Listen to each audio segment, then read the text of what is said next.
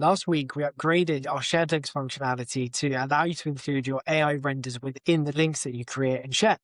And this week, we wanted to show you one of the most powerful features of shared link, which is actually embedding your shared link into your own website.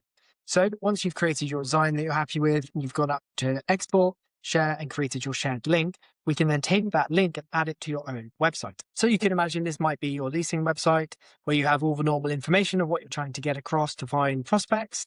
And as you scroll down, you'll see we've actually embedded an interactive version of layout, and it works just the same. So you can go down, obviously have your different variations of the configurations.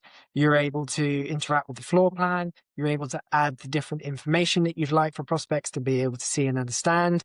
You can even go into 3D to be able to move around and explore immersively. And of course, you can add your AI renders into this as well.